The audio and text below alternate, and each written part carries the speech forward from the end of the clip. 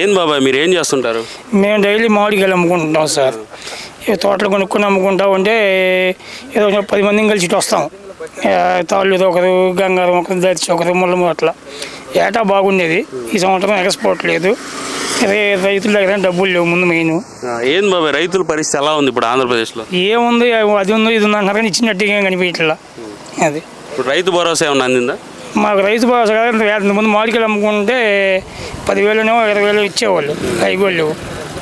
అంటే ఇప్పుడు గిట్టుబాటు ధరలు ఉన్నాయా? లేవు సార్. మ్యాక్సిమం అయితే 100 రూపాయలు అమ్మాలి మామిడికాయలు. 100 రూపాయలు అంటే కొనే కస్టమర్లు పనులు లేక 100 రూపాయలు వదిలే అంటున్నారు. రోజుకు 30 బుట్టలు అమ్మేవాళ్ళం, కనీసం 10 బుట్టలు అమ్మలేకపోతున్నాం. ఇప్పుడు సూపర్ 6 ఇచ్చామంటున్నారు, అది ఎంతవరకు అందింది? ఎక్కడైనా సార్ ఏమి ఇచ్చారు చెప్పండి, మీరు చెప్పండి. మీరు మీడియా వాళ్ళే కదా, ఎక్కడ ఇచ్చారు మీరు చెప్పండి. సార్ మేమంటే అది అబద్ధం చెప్పనుకోవచ్చు. మనం ఇక్కడ పార్టీ గురించి కదా, మనకి చేసిన ఏం మాకు అనిపించలే. పోయినసారి జగన్లో 10,000 అందింది మాకు.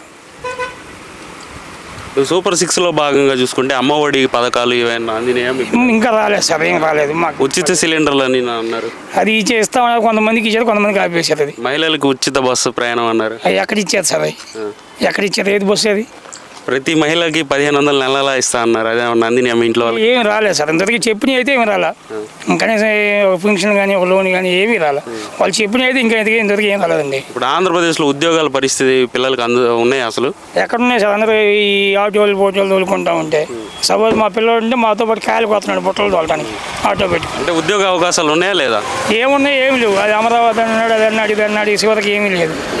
అదేమంటే సింగపూర్ రాజధాని అంటున్నారు. అది ఎంతవరకు నిజమో ఎంతవరకు అబద్ధమో మళ్ళా గత ప్రభుత్వం అయితే మళ్ళీ. ఇప్పుడు మీరు చూస్తే కరెంటు బిల్లు చూడండి, గత ప్రభుత్వంలో ఎలా ఉంది, ఇప్పుడు ఎలా ఉంది? గత ప్రభుత్వం కొంత పోయినాయండి, ఇప్పుడు మొత్తం పెరుగుతుంది రోజు రోజుకి. సామాన్యులు కట్టుకునే పరిస్థితిలో ఉన్నారా? అసలు ఇసుక కానీ ఉచితం అన్నారు. ఎక్కడ ఇసుక తీసుకునే దాఖలాలు అయితే మాకు లేదు. మాది మల్లవరమే, ఉలకమ్మ ప్రాజెక్టు పక్కనే. ఇసుక తీస్తుంటే ట్రాక్టర్ తీస్తుంటే పట్టిస్తున్నారు. ఇంకెక్కడ కొనుక్కొచ్చుకోవాలి, ఒంగోలు పోయి కొనుక్కొచ్చుకుంటున్నాం.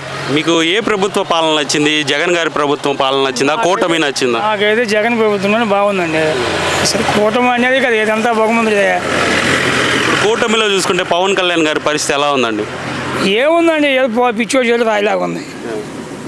ఆయన చెప్తున్న మాటలు జనాలకు అర్థమవుతున్నాయా? ఎవరికి అర్థం కాదు. చూసేది ఒకసారి అవకాశం ఇచ్చారు, దాన్ని ఉపయోగించుకోవట్లేదు. బాగా దయవ ఇచ్చేదంతా. Thank you.